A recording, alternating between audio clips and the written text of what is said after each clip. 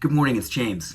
It's so good to see you this morning. Thank you for your time. Thank you for your energy. I'm deeply grateful to have the honor and the blessing of laying eyes on you, and I hope and pray that this message finds you and all the people that you love peaceful, thriving, and very, very well. So this morning, we're going to revisit something we talked about last month. I believe we talked about the month before that.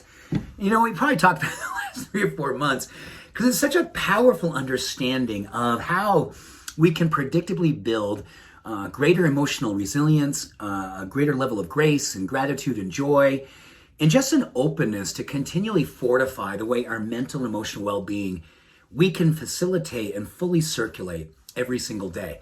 It's based on that research we talked about around how when you have a virtue, whether it be kindness, grace, gratitude, compassion, any virtue that you feel is close to you as a person, close to you in your heart, something that when you think about it, you really feel connected to it. When we practice that throughout the day, we put that virtue into action. It's one of those powerful ways that we can cultivate mental and emotional well-being.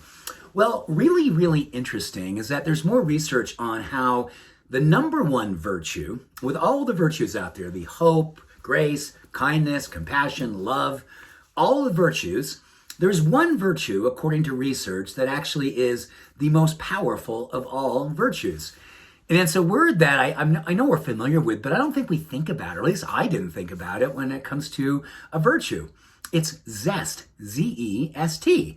And ZEST is defined in their terms, the researchers, as a divine energy that allows us to navigate the world under our predictable joy.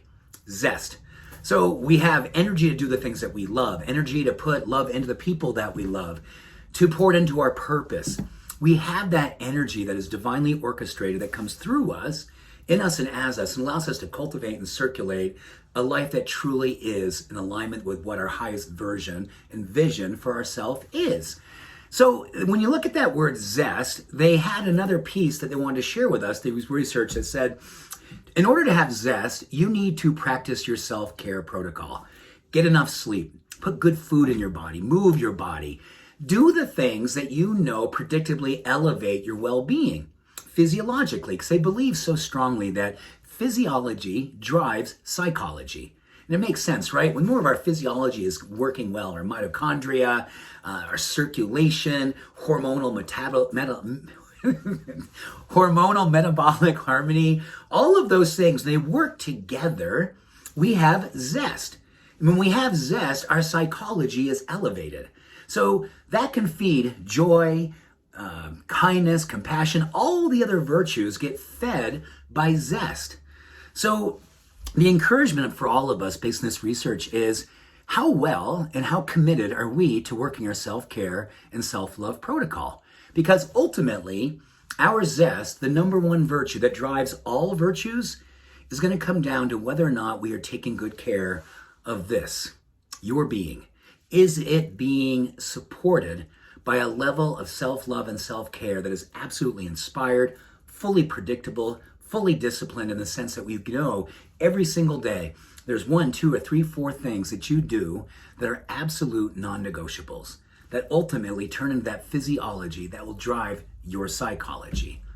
Zest, the number one virtue for well-being that gives rise to all the other virtues that we need to know that we can express in us and as us to help us fully cultivate and circulate and bring forth a life that we love.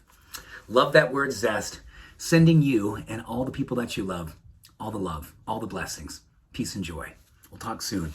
Bye for now.